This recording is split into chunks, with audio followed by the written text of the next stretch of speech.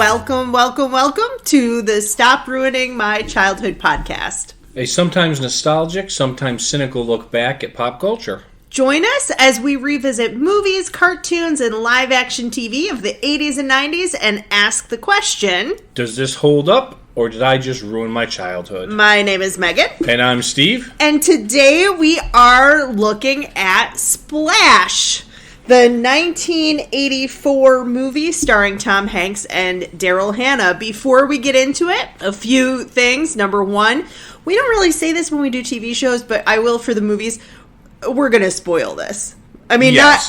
not just with ruining your childhood, possibly, but we're going to give spoilers. If it's been 38 years and you haven't seen Splash, you're probably not in a hurry to do so. I love this fast math. Or if you haven't seen it in a long time, our website is stopruiningmychildhood.com. We have a blog on there, Watch With Us, and there are links. This movie is available on Disney+.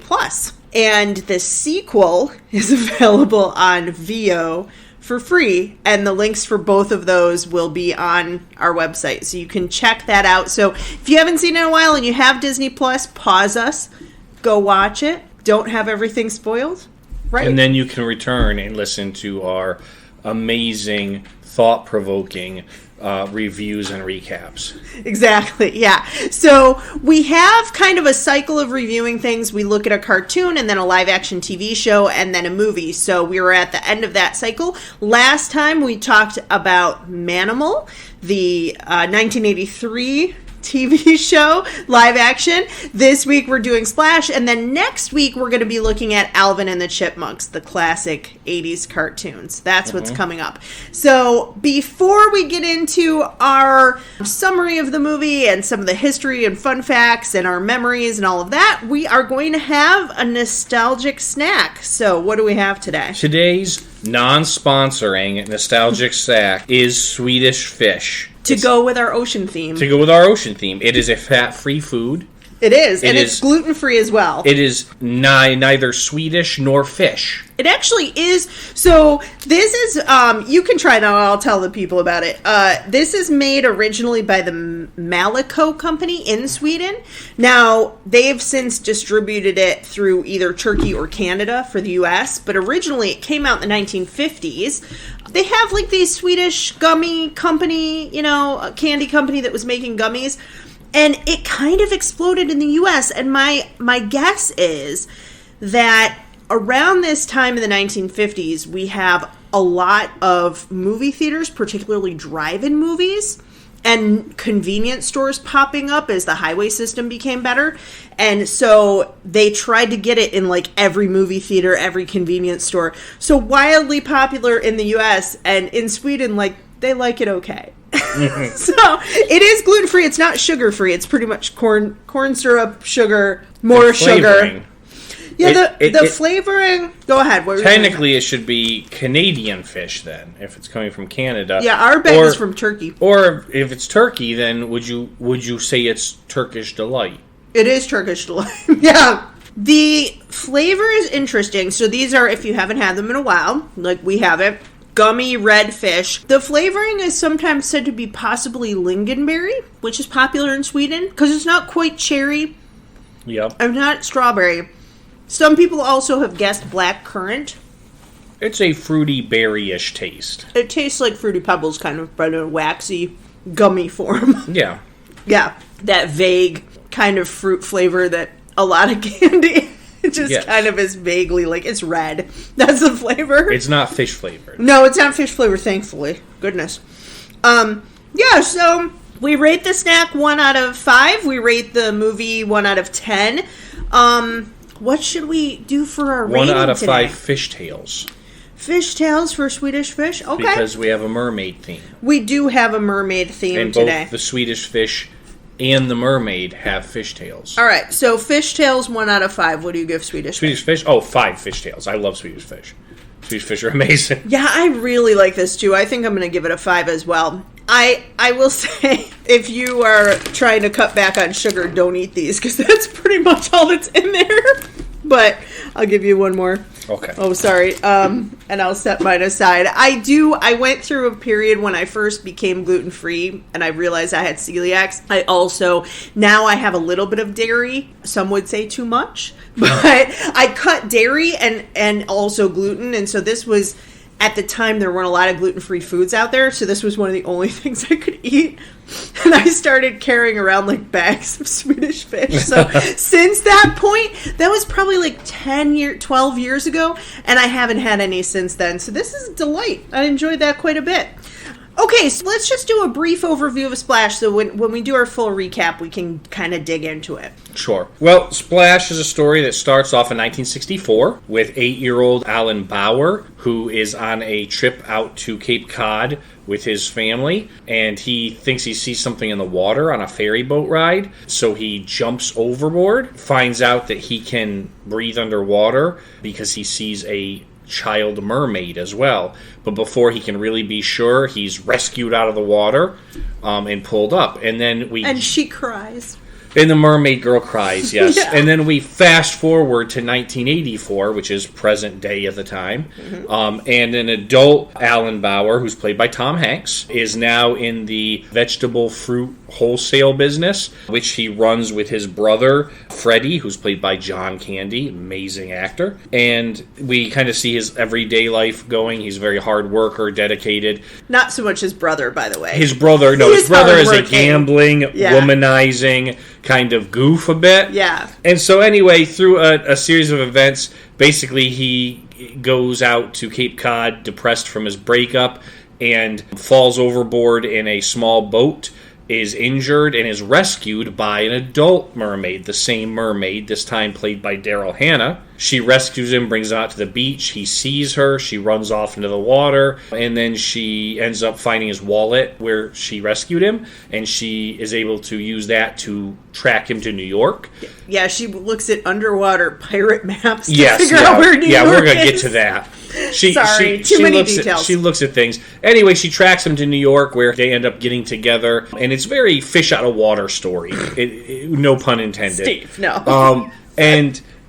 It goes through a bunch of funny things of her getting used to the being on land and to culture, society, all this kind of thing, learning English, stuff like that. Then they jumps into a period where her and Alan are having a bit of a rough patch because he knows she has some sort of a secret and she's not ready to tell him. Well, she says she has to leave in 6 days, right. And he asks her to marry him, and she's like, I can't. Right. Yeah. Right. And that causes a rift. Then they reunite just in time for her to be exposed as a mermaid. She's captured, so scientists start doing experiments on her. Because Eugene Levy's been tailing them. Yes, the antagonist antagonist in this is Dr. Kornbluth, who is played by the hysterical Eugene Levy, a very young Eugene Levy. Yeah. He ends up exposing her, and then he even loses control. Other scientists take over. And in the end, he redeems himself by helping John Candy and Tom Hanks, or Alan and Freddie, sneak into the scientific holding place and then help her escape. And then Alan and her end up jumping into the ocean together, and they swim off down through the ocean because he can breathe when he's swimming with her, and she takes him back to her underwater city. Which we're gonna get to that point exactly too. But basically, she tells him you can't ever go back. Right, but he makes that sacrifice because she's the only person he's ever been in love with. Yeah, because before he thought he didn't have it in him to love, and so he finds love, and then Rita Coolidge's song "Love Came for Me" plays as they swim through the ocean together. Yeah. So the history of this movie, I say this a lot. I use in editing this show. I'm like, I say interesting way too much, but I do find it so interesting, fascinating, alluring, but no. So this is a movie that was conceived by Brian Grazer. If you don't know who he is, he's a producer and writer. He's had over 198 Emmy nominations and 43 Academy Award nominations. And a very, very impressive resume.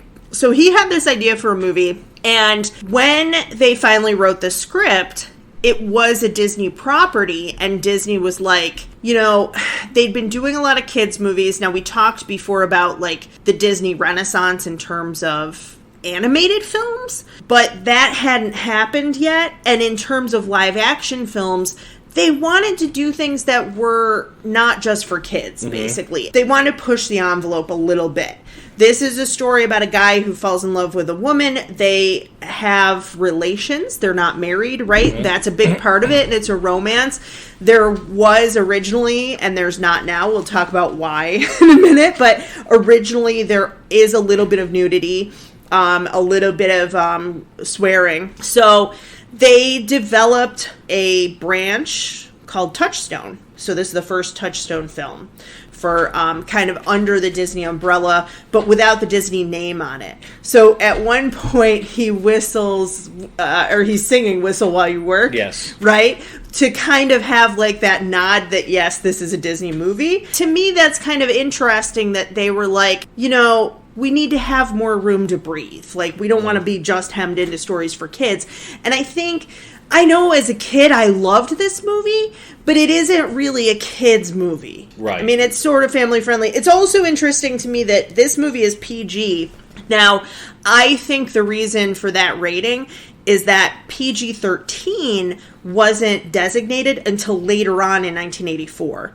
So this movie came out like literally a couple months before that designation. So if you've ever seen movies in this weird like late 70s, early 80s era where they have the rating system but not PG-13 yet, some of the PG stuff is kind of questionable. Yes. And a little bit edgy. So that to me is kind of interesting. But Ron Howard wanted to be attached to this. He turned down Footloose in order to direct this film, and also Mr. Mom, which I think is kind of a forgotten movie now, but it starred Michael Keaton, who was very big at the time. Movie. Yeah. Well, we'll see sometime. We'll revisit it, see if it holds up. But he really wanted to be attached to this, and I think you can see those Ron Howard touches throughout the film. A lot of his family members are in it. And originally, so before they cast Tom Hanks, they went through a number of people. They looked at Steve Guttenberg, but then also he got Police Academy around the same time. Okay. But I could kind of see him in it. But they also talked to John Travolta, who turned it down. And I don't see that at all. I can't picture him in this role. Well, they were definitely going for a look, because Tom Hanks, Steve Guttenberg, and they're all are tall, skinny, dark-haired. Yeah, I was going to say they also talked to Bill Murray. They talked, Dudley Moore is a little bit on the shorter side, but kind of like a similar in terms of like coloring and stuff. And they also asked Diane Lane to play Madison, which I don't see that happening I wouldn't either. have liked that one. She's so serious. She is. Yeah, and she was set to do the Cotton Club, so she couldn't do it. Also, kind of an interesting casting thing is that John Candy wanted to be the antagonist, Walter Kornbluth, but then Ron Howard really wanted him to be Tom Hanks' brother based on their chemistry together. And so John Candy agreed to play Freddie, but then suggested Eugene Levy, who they'd been together on SCTV. Right. Which is kind of like, if you don't know, the Canadian version of Saturday Night Live is the best way I can explain that. Yeah, so those are some of the things I thought was kind of interesting in terms of casting. They filmed this a little bit in Los Angeles on stages, but then for a number of weeks they filmed in New York, which you can tell throughout the movie. It's different today. A lot of times they film Toronto for New York, and it doesn't look the same. But this is definitely shot in New York. And then they did the underwater scenes in the Bahamas. Oh, nice. And Daryl Hannah's tail weighed 35 pounds. Wow. She wanted to keep it afterwards, I guess. But she talked about how, like, she couldn't eat with the crew if she was in the tail because she didn't want to have to, like, undo all the makeup and take off the tail to go to the bathroom. So they would, like, take her up with, like, a crane, which they do have in the movie, and I guess they used in real life while shooting, and they'd kind of like plop her next to the cast and crew while they had lunch. And she's like, I would just be there shivering with barnacles in my hair. So it's kind of funny, but it was a neat story of how the movie was made, and it seemed like one of these things that is just like kind of lightning in a bottle, like just a great director a great writer, an actor who this is his first big thing, right? He'd done Mazes and Monsters, Tom Hanks, but this is his really first big movie. Was this before or after Bosom Buddies? It's after Bosom Buddies. So he was a TV show guy, but not necessarily movies. So, yeah, and we have to watch Bosom Buddies at some point. So Bosom Buddies is 80 to 82. Then Mazes and Monsters comes out in 1982. Then from 82 to 84, he does, like, guest appearances. Like, he does, like, a couple episodes of a number of different shows. Yes. Like, he did, like, Family Ties for, like, 3 or 4 episodes. Okay. Like, those kind of shows, interestingly, because that's what you do when you're trying to make it, right? And then this movie, which was a huge hit. And then he does another movie with John Candy, and really, if you look at Tom Hanks' resume since 1984, he's done at least one movie every year, sometimes 2 or 3. Right. So, same thing for Daryl Hannah. This is before Clan of the Cave Bear. And for John Candy, he was kind of here a breakout star as well. So, and then they had, which I'm going to tell you, I did link it on the blog. They had a made-for-TV sequel called Splash 2, not the number, but TOO. Okay. Like, as if to be like, Splash also. Right. Like, this isn't exactly a sequel, but it's also Splash. Right. And that starred Amy Yazbek and Todd Waring and Donovan Scott. And essentially, I will tell you, I watched about 40 minutes of it. It's very slow. It's very dull. The idea is that Madison realizes that as long as she can soak her legs in salt water on a full moon, they can go back. Okay. So they go back, and Freddie's gotten him a house, but the business is in trouble, and that's why they're returning. She realizes she has magic where she can create a portal in the water to see Freddie. Oh, boy. Yeah. And then it's basically like a very long episode of Bewitched. Like, oh no, the neighbors are spying on us. They might know that I have a fishtail. And then there's kind of like a dolphin named Salty that they want to save. I don't even know. But I can tell you, they're basically trying to do Todd Waring is trying to do an impression of Tom Hanks through the whole movie. Right. And it was done in 1988, but Disney did this in the later 80s. They also had Parent Trap 2 and Parent Trap 3. And were they straight to video kind of No, they things? weren't even video. They were on, I think it was because they were trying to break into like the made for TV market. Was this around the time they starting to begin the Disney Channel, I wonder? It might have been. Okay. Yeah, so they were trying to like make more movies to put the Disney Channel. Yeah, so it's an interesting, if you love Splash, check out Splash 2 or don't. Or don't it's awful. if you love Splash. It's awful. So the reception for Splash was actually really, really good back in 1984. Splash cost $11 million to make, and it made $69 million. It grossed at the end of its box office run. That's really good for a comedy. It's pretty good. It actually ended as the 10th highest grossing film of 1984. Oh, okay. It has a 91% fresh on Rotten Tomatoes, and it really got good reviews from most critics who thought that it was well done. They thought there was good chemistry and that the story was good. Interestingly enough, one of the only bad reviews it got was from Roger Ebert, who gave it a 1.5 out of 4 stars. And Roger Ebert said that the problem with Splash was the casting of the relatively unknown Tom Hanks as Alan Bauer. Roger Ebert believed that if John Candy had been cast as Alan, and then wait for it, and then Tom Hanks as the brother, it would have been better because he said the audience would have connected more with this kind of goofy, heavy guy that this mermaid drops into his lap. Okay.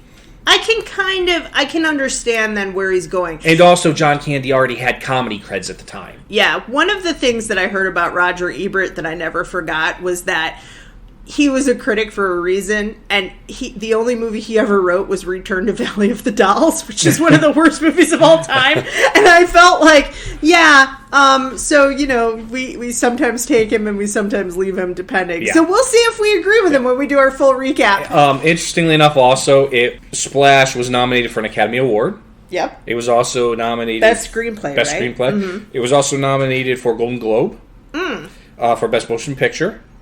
And then it won a Saturn Award. Daryl Hannah won it for Best Actress. Saturn Awards, for those of you who don't know, is kind of like the Academy Awards for science fiction and fantasy movies. Okay. And she won Best Actress for Splash that year. That's interesting. And I won't say why until we get into our full thing. So let's take a break here. That was a little bit of a summary and some history of Splash. We're going to take a break. When we come back, we're going to talk about some of our memories of this movie, and then we'll do our full review and recap.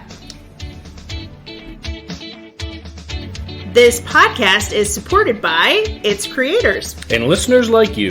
Help keep our show ad-free by visiting our website, stopruiningmychildhood.com. There you can find links to our social media. And this very podcast you're currently listening to.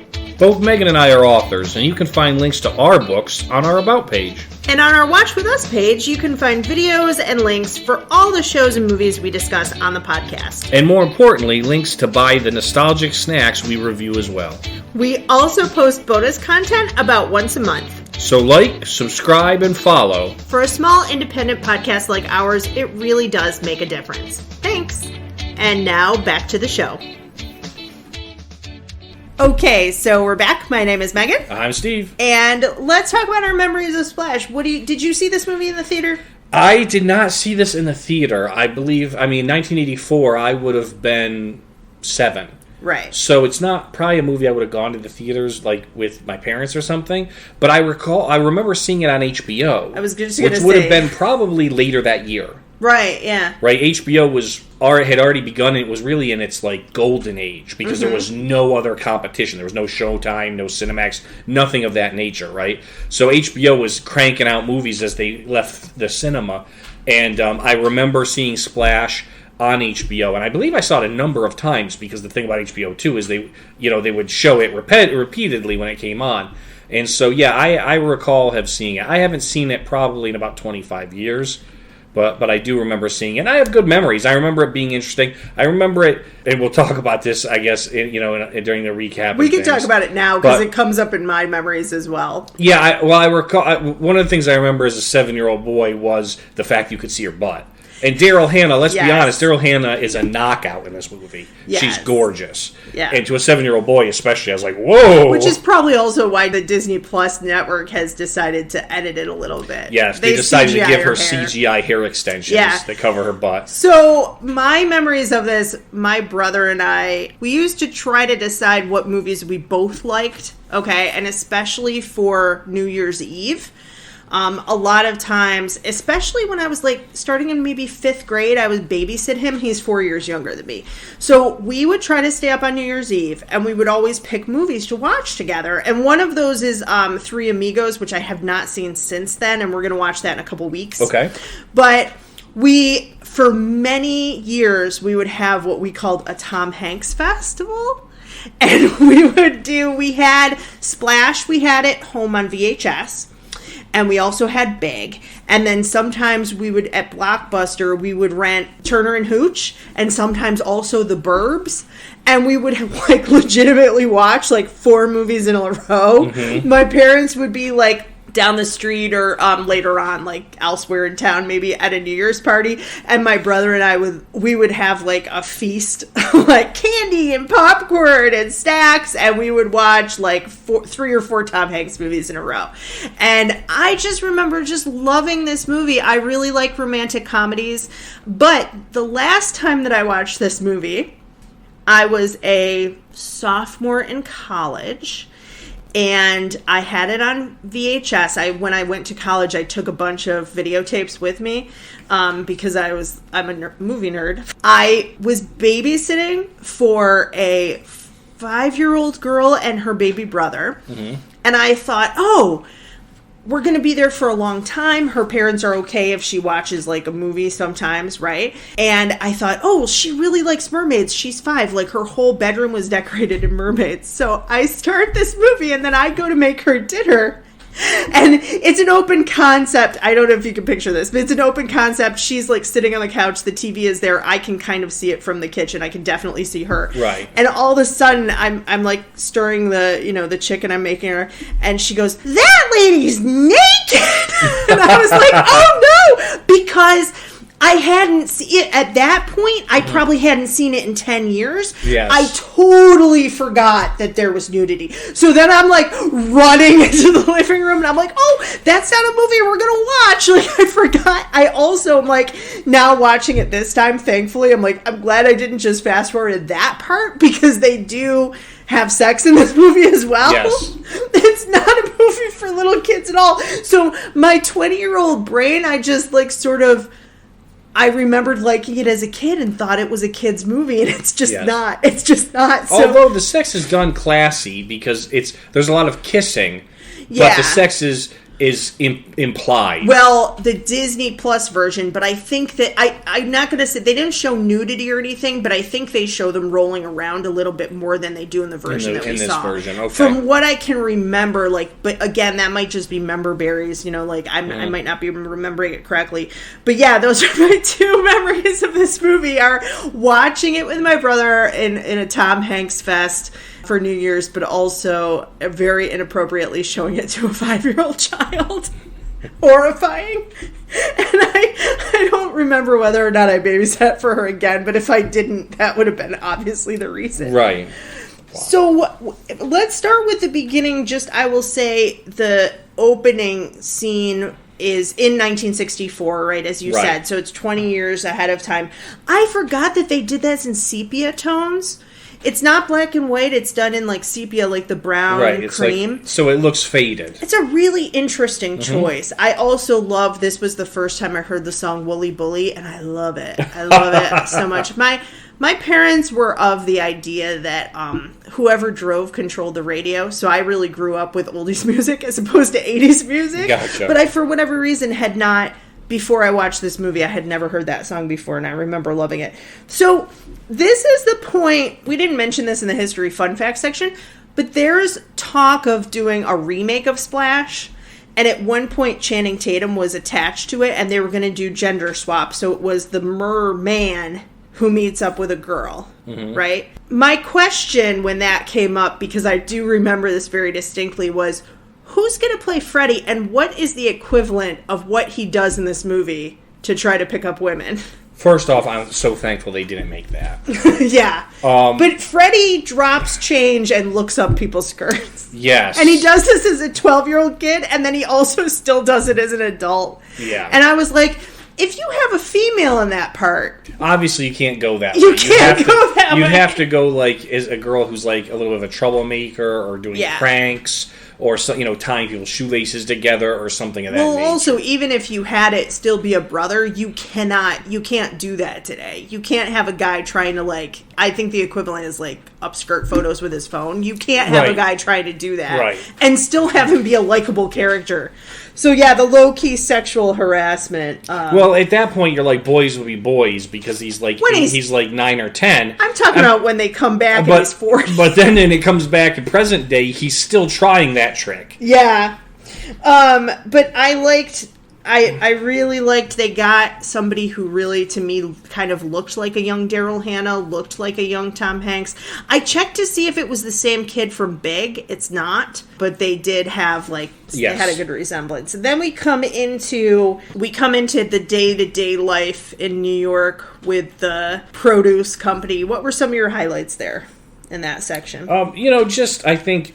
it was interesting that because they get you to like Alan's character very quickly, because you can see that not only is he a diligent worker, he's overworked, he's dealing with like two customers, he's dealing with products, he's dealing with this, that, but also like he knows all the staff's names. They all know him. Yes. He's an usher in one of his employees' weddings coming up, right? So he's very well liked by the people and by the employees at the company, which helps you kind of like him, especially when they bring Freddy in, who comes whipping in a Corvette, right? Yeah. You can find out very quickly that they're in a bad deal because Freddy lost poker and basically promised the guy his stakes was that they would buy these terrible cherries off of him. So he has no business sense from what you can see. He is pretty much the opposite of Tom Hanks' Alan character. Yeah, and I will say two things about this. Number one, you're right. First, Tom Hanks is so likable, but they do a great job with the writing here.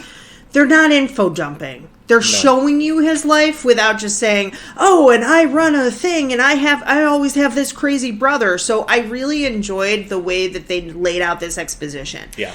I also think that, he is likable, but he's just, Tom Hanks now does so much drama, we forget. His comedic timing is lovely. And he gets angry in this very Tom Hanks way where his voice starts going up and he's like, I'm Freddy, and he's like very frazzled. Yes. But it is hilarious at the same time. I also love John Candy rolls up, not just in a Corvette, but he is in a full velvet jacket like Hugh Hefner would have. Yeah, like a velvet blazer. Yes. With a silk kind of scarf and his shirt open and a silk pocket square. And he looks like he's trying to be Hugh Hefner. Mm-hmm. But they never mention anything about his weight. There are no fat jokes at all. This is just, this guy is a rich playboy, and the fact that he's probably about 100 pounds overweight never comes up. No. And I think that that's, to me, especially being somebody who is curvier and larger, that was very refreshing because I think that they would try to play that. Yeah. And it's just, he brought a date to his own wedding. Like, that's the kind of guy he is. With John Candy's charisma, he was able to play it off. He's trying to pick up every woman he comes across, and he has no confidence issues. Nope. Like, he doesn't even think about the fact of what he looks like. And they're into him. Yeah. They're into him. He does pick up some ladies later on, and they're like laughing and flirting and having a good time because he's just like that kind of easygoing guy. Now the fun-loving piece of him, sometimes you can attribute character similarities to the actor, things like that. But I think the fun-loving aspect of Freddy in this movie reminded me a little bit of the character John Candy plays in Brewster's Millions, where he's the sidekick to Richard Pryor. Yeah. But he and Tom Hanks have such great chemistry. And they really do seem like brothers. They really do. And I think that their chemistry is the reason that they do Volunteers the following year together. Yes. But I don't think that movie holds up as well. I have seen it. The writing kind of it's a mishmash. Mm-hmm. But they're so great together. And, it's so sad that we lost John Candy early on because I think they might have done more things together and it would have been great. I mean, John Candy's been gone for 28 years now. He died in 1994, which means he died only 10 years after this movie. That's insane. Which, when I look at this movie, I go, oh, this is one of John Candy's really early works. He only kept doing movies for 10 years before his death. So it's been almost 3 times as long that he's been gone. That makes me so Which sad. Is so crazy. But it also shows how much his work holds up. Because his work is still shown over and over again in comedies and family movies. And, I mean, it's iconic. Yeah, it really is. And then we have the almost equally iconic Eugene Levy, who comes in, and we're introduced to Eugene Levy. Tom Hanks is kind of mystified walking on the beach. He's got this hangover. He's on the wrong side of the island because when he was drunk, he told the cab driver the wrong side. Right. And he comes up to Eugene Levy and he goes, is there anybody else here who could help me? And Eugene Levy goes, no, it's just me and the moron twins. And then this guy goes, we're not twins. And the other one goes, like that. And it's just such a good line. It's such a good line, and it sets up the 3 characters so well that this is an angsty scientist who's on edge and not friendly at all, and then these 2 guys who are like, we don't really know what we're doing. We're just here to be do the heavy lifting. And we also, I should mention too, as another small character, the secretary who works for Freddy and Alan. Yes. She is so funny and adds such a kooky twist to this guy's life that she's been hit by lightning recently. Yeah, and she has memory problems. She tells them that they have a message from their dad, and their dad's been dead for 5 years. Right, and then later on, she's wearing her bra outside of her clothing. Yes, which I don't. And she's like 80. She's shitty. So, but again, shows his kindness, right? Finally, we have Madison, and I think they have two that clip of them at Cape Cod when they're younger, because we don't see the mermaid for another like 20 minutes, 25 minutes. Right. It's very similar when we talked about Who Framed Roger Rabbit, right? That they had the cartoon at the beginning, because then we don't see Roger again for like 20 minutes or so. They have these great Daryl Hannah underwater, these great scenes that they filmed in the Bahamas. It's gorgeous. It's just really gorgeous underwater filming. It's phenomenal, but I did find myself, especially in some of the scenes where she's at the end, where the two of them are together underwater, and they're swimming through, and I'm going, yeah, that's like the Bahamas. That's not off the coast of Manhattan. Like, there's not coral reefs and all that aquatic, like they should be swimming past like dead bodies, right? Three-headed fish in the Hudson, things of that nature. Grocery carts. Yes. I don't know, I lived by the Erie Canal growing up, and whenever they drain it, there's tons of grocery carts in it, and I always am like, how did those get in there? But I have to imagine that a few of them make their way out into the Hudson and maybe into the river. Yeah, but they are really beautiful shots, and then we have her coming up naked in front of the Statue of Liberty. And of course, in the middle of a tour that's going on, and the poor park ranger that's giving the tour of the Statue of Liberty is repeating the same thing over and over, and then he's like, yes, and this was given to us by the French and the naked lady. And he's like looking, and then everyone tries to run over to the naked. What's hilarious, the tour guide, I think like many tour guides just have this script, and he just doesn't know what to do, so he keeps trying to do the script in the background, which just made me laugh so much. So yeah, we do have, as Steve said, kind of pun intended, I guess, a fish out of water story, because when she arrives, she's like very much, she's never been on land before. She's never been Let's not gloss over the big loophole here, okay? Or the big plot hole, as it is. She had his wallet.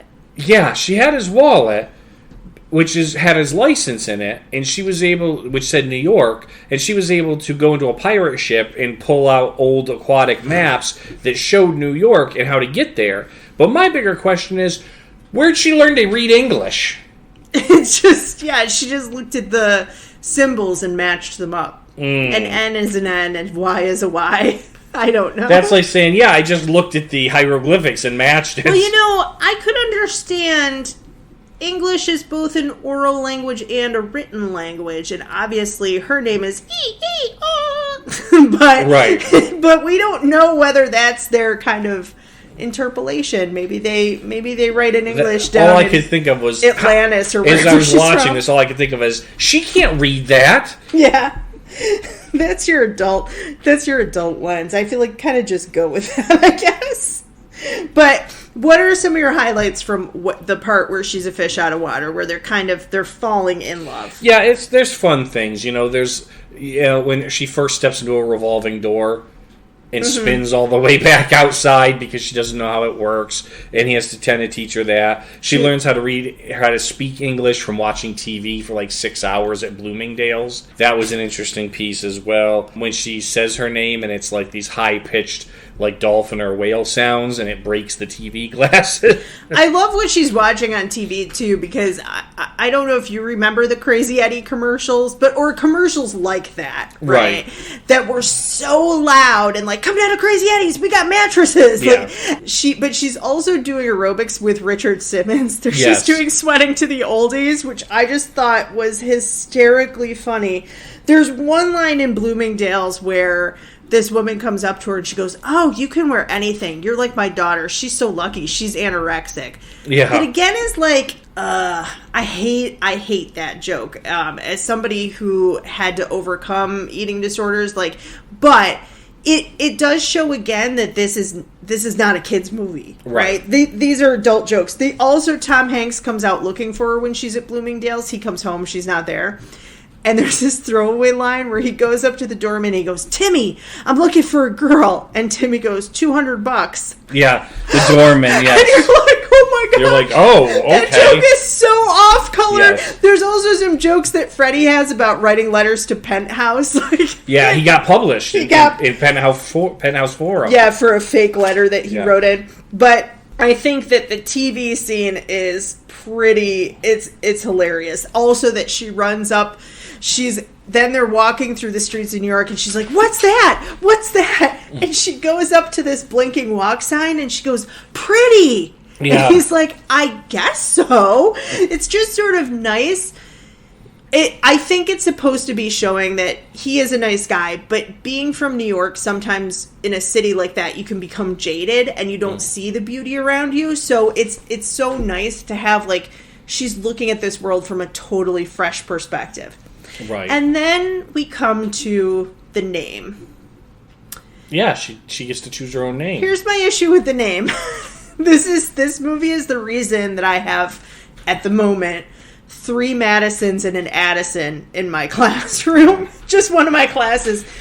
What's Maddie, hilarious, Maddie, and Addie. What's hilarious is it obviously must not have been very popular at the time, because she sees Madison Avenue sign and says, "I like Madison," and he says, "Madison's not a name." Yeah. And then he just lets her keep and it. And in '84, it's a huge joke. Right. And at the time, I mean, it's the name of a president and then a street named after the president.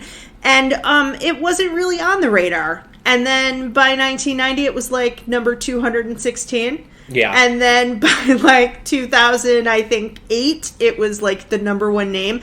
And I have to be honest. Here's how I see this. It's 1984, and there's these girls in a movie theater, and Tish looks at Tiffany, and Tiffany looks at Heather, and Heather looks at Brittany, and they're like, "I'm going to name my daughter that." They're like shoving their gum. But I have to say, too, oh man, if I had met you like 10, 15 years earlier, we might have also ended up with a child named Madison, because I loved this movie so much, and I would have been right there with Tish and Amber and Tiffany and Heather and Brittany and all those 80s girls with their ponytails chomping their gum. That's just how I always picture this to be, because the name blew up, and it was 100% because of this movie. Yeah. Kind of like Wendy with Peter Pan, right? Okay, yeah. Gwen's a name, but Wendy really wasn't, and it kind of is a name he made up for Peter Pan. So, not totally unprecedented, but just kind of funny to me. So, what was your favorite part about the falling in love piece? Once they're together and they're kind of... I really like the bathtub scene. To me is hilarious. She takes a bath. She somehow knows where he hides the Morton salt. So he tries to come in because he thinks she's fallen. And Daryl Hannah, I don't think, is the best actress. I'm sorry for Saturn for giving her the award, but I don't think she's the best actress. But she does this line read where she goes, "I was shy." And he goes, "After the elevator and the bed and on top of the refrigerator," which is also funny. Yeah, I wrote this line down. You were like, shy "Oh, after shy." the car and the elevator and the bedroom and on top of the refrigerator? And she goes, "Yeah." And then he just kind of like monologues, "She was shy." And she shrugs his out. shoulders. I love that. I love that they have this fountain, which, by the way, on the poster for this movie is the two of them. She's in an I Love New York t-shirt. The fountain is behind them, of the mermaid fountain, and behind that are the Twin Towers. And it's like, oh. There's a lot of nostalgia there, Yeah. yes. I thought the same thing. The opening skyline of New York, Yeah. anytime it's an old New York skyline and you see the Twin Towers, you're just like, oh, It's just like you kind of forget and then you remember. So sort of some bitter, sweet when watching this movie in that way. But when she gives this mermaid fountain's being torn down and she gives it to him, and and on the one hand it takes up his whole room, it's like 10 feet in diameter, 10 feet wide, but on the other hand it's such a sweet gesture, and she like sold her necklace or traded her necklace for this fountain. Yes. Also, when he gives her a gift and she's like, she kisses the Tiffany box, she's like, "I love it." Yeah, and he was like, open it up, it's inside, because she thinks the box is the gift. She's like such a child. So I feel like sometimes in romantic comedies they try to have this conceit that the two characters are falling in love within 3 or 4 days and you don't buy it. And here I feel like it is believable. Yeah. Because the chemistry between them is so great. Daryl Hannah isn't really the strongest actress, but I will say this. She is trying to be innocent, and she's also not supposed to have a firm grasp on the language. So Right. the fact that her lines are sometimes stilted, it's kind of works here.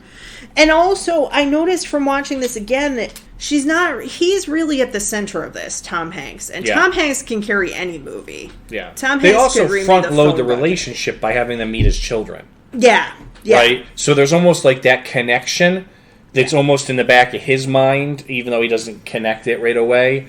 And so I think that helps as well. But we cut back and forth between the love between them and the love between the brothers, and this was another highlight for me that John Candy and Tom Hanks have now kind of switched roles because Alan's fallen in love, and so he's not in the business right now. He's not taking care of it. And so Freddie's forced to run the business. But he's doing these great deals because he's such a personable guy, and he's like, we're going to be the produce supplier for all of the stores. Yeah. And Tom Hanks like, all of them? This supermarket chain throughout the country. Right, yeah. So he's expanded the business in this huge way, but they're having this talk while they play racquetball.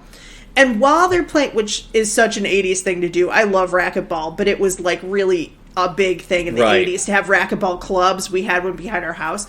But they're doing this while they play racquetball, and he's smoking, and then he takes a break to have a beer from a cooler. He goes, hey, you want a beer? And Tom Hanks like hitting the ball like, what? Yeah. And he sits down and he goes, oh my gosh. He goes, I'm beat. He goes, how long have we been playing it? And Tom Hanks goes, 5 minutes. Yeah. Yeah, but both of them are worn out. So it's not, again, it's not like just a joke against John Candy. But I love that. I love this scene where she's crying because of Bonanza. Yeah, because she thinks the guys are really shot and killed on the TV show. Yes. It's the saddest thing I ever saw. I like, she goes shopping, which was kind of neat before.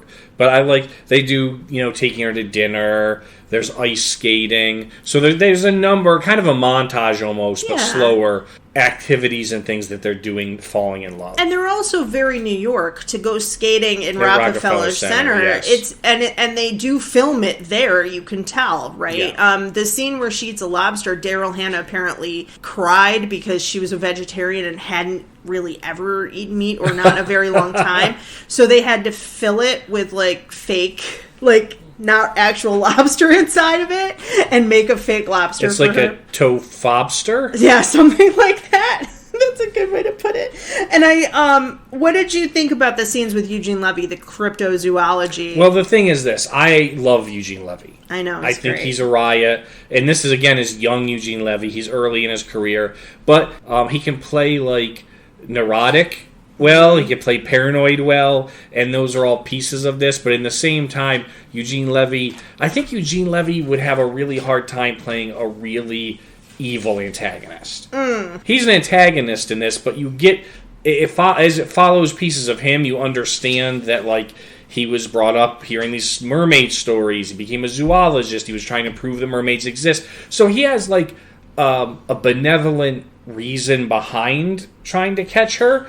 And when he finds out that they're, like, running tests on her and they're going to, like, dissect her, is when he, like, turns and then helps break her out of a captivity. Yeah, I think, and he even says, Tom Hanks, after they break her out, Tom Hanks is like, I didn't even like you when I first met you. And Eugene Levy goes, nobody likes me when they first meet me. Because... But he is supposed to be like an orphan who's been taken in by this other guy. Yes. And they also really... It's sad. At one point, he actually says to Tom Hanks says something like, he says, like, trust me. And Tom Hanks is like, I don't know if I could trust you. I don't know you. And Eugene Levy goes, well, if I had any friends, you could ask them. Yeah. Aww. And he's in academia in this very, like, toxic... Yes. Which sometimes my workplace is not like this, but some academics are like this, where they're trying to climb over each other to publish first. So nobody believes him, and then when he proves that there is a mermaid, he sprays water on her, and because it's an event that the president was at, there's tons of photographers. But after 3 like unsuccessful attempts, where he's beaten mercifully, physically every time he fails. By the same guy. Yeah.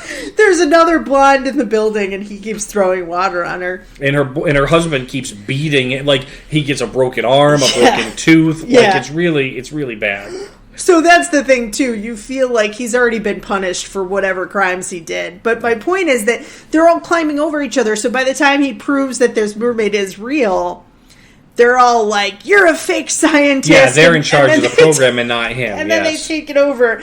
And we have this other funny scene where they go to break her out. Oh, also that Tom Hanks initially gets taken also with her and put in a tank because they're not sure about him. And so he's just standing naked in a tank of water. Covering his privates with both hands. And he goes, "I'm not a fish." I can't even say it without laughing. "I keep telling you people I'm not a fish." Oh my gosh. I was laughing so hard. And then the funny thing is after they put her in the tank, and of course he's mad at her still because he just found out she was a mermaid. Yeah. And they realize that they're not going to get anything between the two of them. The lead scientist turns to another guy and just deadpan goes, "Well, it's been 12 hours. We can probably take him out of the tank. I don't think he's a merman." Yeah. So he's been standing naked in this tank of water up to his chin for 12 hours. And also, there's a big thing about how his character can't swim. So that's also why he's just standing there, like, petrified and not wanting them to look at his whole self. I will say, too, that fight and the fight they have before she agrees to marry him, you do feel the actual tension. Like, you want them to get back together. And I like that for a lot of romantic comedies, they have to keep the two people apart with artificial reasons. Like, oh, they had a misunderstanding about, like, he said he wanted to move in and she didn't hear him or some nonsense like that. Or somebody has another girlfriend or something. This is a legitimate reason for them to be kept apart. That she's from a totally different place and has this big secret and, you know. And then not only that, but they fight, they separate, and then it's pouring rain. Yeah. So he's trying to find her, and she's huddled under a park bridge because she can't step in the rain or her feet turn into a tail. Yes, like the second they get wet. So she's literally like, it's not only that their fight has separated them, literally nature has separated them at this point. That's true. So yeah, they're separated for two really valid reasons, but it works in the movie. And even though, again, because they kind of saw each other as kids and had this love at first sight, they've only really been together for 5 days at this point. But you do feel like there's a vested interest, right? Mm-hmm. But they go to break them out.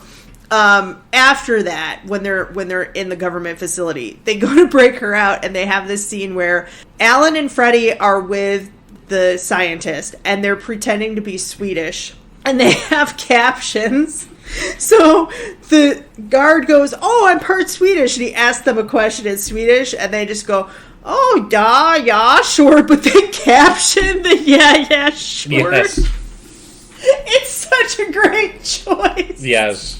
It's such a great choice because there's another joke after that, but the bigger joke to me is that they caption them saying, yeah, sure, which is and you also have another character development here on John Candy's part because in between the breakout, before the breakout, Tom Hanks is at work angry that he was lied to. He's mad at Madison. And John Candy kind of gives him a wake-up call and is like, not everyone falls in love. He's like, John Candy is a character. Apparently he's been married multiple times. He's got all these women. Mm-hmm. And he's like, I'm probably never going to fall in love like that, and you had love. And so you see that character development in Freddie, but then also in the fact that Freddie then sacrifices himself because he trades places with Madison. Yes. So they sneak her out, and he stays in and has to deal with the army and everybody who come running in. And again, because he understands how strong their love is, and that you can kind of tell again, like the Eugene Levy character, one of the reasons I think this movie works is because each of these characters is funny, but there's also a little bit of underlying sadness. Alan has had failed relationship, really doesn't know if he can be in love. He's never felt that before. Freddie is kind of a playboy, but also has never really taken the job seriously, never had a really serious relationship. Madison has this secret and she's torn between two worlds. Dr. Kornbluth, he has this loneliness where he really doesn't have any friends or family, and then he bonds with them. So it's all of these people who are a little bit lost kind of coming together. And I always think one of the reasons that like a film to me feels magical is when you do have that blend. It's not just comedy, it's a little bit of underlying melancholy. Yes. And the sadness then brings the joy out even more. So if it were just a straight comedy, at the end you're happy for them, but you're not as happy as you are knowing like they made these choices. They've never been in love before. They're lonely people and they found each other. And so that to me is what's great. So then the escape is followed by your favorite car chase. Car chase. This car chase I put, actually, it's a pretty good car chase. I put great chase scene, probably because it didn't take too long. It did not take too long. I hate car chases that are like 50 Manhattan's not minutes. a very long island, That's so, true. you know. That's true. You're just going the width of Manhattan, which isn't that much. But yeah, they have a pretty intense chase scene. I also like that they carry it over into the water. Yes. And they are forced to make this decision kind of on the spur of the moment, but with the realization, again, that she really can't live in this world. They're never going to leave her alone. Yeah. And if he goes with her, he can't come back. Right. So they're... Until she gets magic. Yes. We're just going to pretend like that movie didn't happen, I think. Yeah, so it's... And then they have them in this, again, beautiful Bahamas, very clearly not New York waters. Yes. The pollution of New York water. With the... Also, they'd have to go around, like, the Staten Island ferry and all that. Right. But they have this beautiful scene. Now, at this point... There's this very cheesy, it's just not my type of music. Rita Coolidge sings, "Love came for me. One fine day love came for me, and love was fair as fair can be." And it's very, I almost felt like it doesn't match the end of the movie. It doesn't match the movie at all. I guess it's a sad, nice love song, but usually the movies end on like an upbeat song. Yeah, and that's what I expected. It's very, actually, it reminds me, if you've ever watched the cartoon version of Cinderella, there is a very similar song in that. The thing is, it's at this point, you know, my brother and I are watching Tom Hanks Fest, and it's a cheesy 80s song, and we turn it off. Well, this time, because Steve and I were taking notes, it's playing through, and there's a magical city, and I go, what the heck? It's so loud. And I go, yeah, you don't, like, I remember that vividly. Like, that was part of the thing. I remember it ends as they see the lights of this underwater city. I legitimately have never seen that city And you before. get no explanation. She no never explanation. mentioned that she came from, like, Atlantis or an underwater city or anything. And what's funny is that earlier in my notes I put, there's so much of Tom Hanks with his brother. I would have loved to have seen Madison with her family, because it seems like through the whole movie, in the other underwater scenes, when she's young and when she's older, it's just her swimming around. Yeah. So they have this underwater city. I've never seen this before. And I've watched this movie probably 50 times, and I had no idea that it ends with what basically is Atlantis, as you just said. Right. And I mean, the whole thing is very adult version of Little Mermaid. Yeah, it is, and it's actually before they did. It's before Little Mermaid, but not before the original story of Little Mermaid, yeah, but which Little was Mermaid, long before that. Little Mermaid, the Hans Christian Andersen version, ends with her becoming sea foam, and she can only become a mermaid again if children don't cry. So every time a child does something well, she becomes more of a mermaid, and every time a child cries, she becomes more sea foam. It's not like this. It's not like the Disney version at all. But yeah, so that wraps up the movie, right? Yeah. Any final thoughts before we do before we give it a score? No. I think we kind of touched on everything. I like the fact that it ends in an interesting way, because you don't know what's going to happen. We have no understanding of her world, so we don't know how he's going to fit in, what's going to happen. It's just he has made this huge sacrifice for love, and then they ride off into the sunset, but the ocean equivalent, right? Yeah. They ride off into the deep depths of the ocean. But it's to me, it's just a beautiful ending. Yeah, I think it is, yeah. So out of 10 fishtails, what do you rate Splash? Look, the casting is perfect. Daryl Hannah is a beautiful, if maybe a little dumb mermaid. Well, she's just learning English for the first time. She learns English in 6 hours. She's pretty smart. Yeah, we shouldn't equate second language learning with intelligence, because they're not equated. But the casting is perfect. Eugene Levy, John Candy, Daryl Hannah, Tom Hanks. This is a powerhouse cast. You have Ron Howard directing, and Ron Howard knows how to pull out those emotional moments. He understands the nuances that you need for a comedy like this to feel magical. To me, other than the New York skyline and the fact that Bloomingdale's is apparently the center of New York life with tons of people there, and watching Richard Simmons, are there a couple dated references like that? Yes, but that just adds to the nostalgia. I think that this holds up, and I agree with the Rotten Tomatoes critics. This is a 10 out of 10 for me. This is one of the most, it's almost a perfect movie. I love it. Yeah, It's very good. I'm going to say that. It has, as you said, it's very charismatic performances by all the actors. It has a very strong cast, and that fits very well with Ron Howard. Ron Howard has a very unobtrusive directorial style. Yeah. Where he kind of allows things to play, and especially when you have actors that can hold their own. Now, Tom Hanks is very young in this. I mean, he's early on in his, but he's early on in his acting, movie acting career. But you have people like John Candy, you have people like Eugene Levy, who was already doing comedy, and so I think it was really well done. There was a few things that we picked on a little bit, but I would give it. I don't know if I can go 10 fishtails. But I will give it 9 fishtails. Okay, and we learned this with Alf. We don't split. We're not going to do 9.5 fishtails. Well, if we do half a mermaid, is it no. Is it 9 fishtails and then a woman half? No. We'll say 9 fishtails and a minnow. How's that? Okay. But it's basically 9.5 out of 10 and 5 out of 5. 5 out of 5 for the Swedish Fish. This was a good week. I have to say, look, after we watched, the last movie we watched was our bonus episode with Leprechaun. If you haven't heard it, go back and listen to it. But that was a hard movie. The episode is fun to listen to, but the movie is hard. On Leprechaun, so that was a good one to... But this one, we're really kind of on the same page. And you can find, again, the links for Splash. It really is a great movie. And we have very differing tastes sometimes. So if we're pretty much on the same page, 9.5 out of 10... And with it and Disney Plus now, a little bit it has been edited very slightly. This is a movie you could watch if you have children. You could watch it with kids. Yeah, definitely. Especially because we're being picky and we're saying this is kind of adult and there's sex scenes.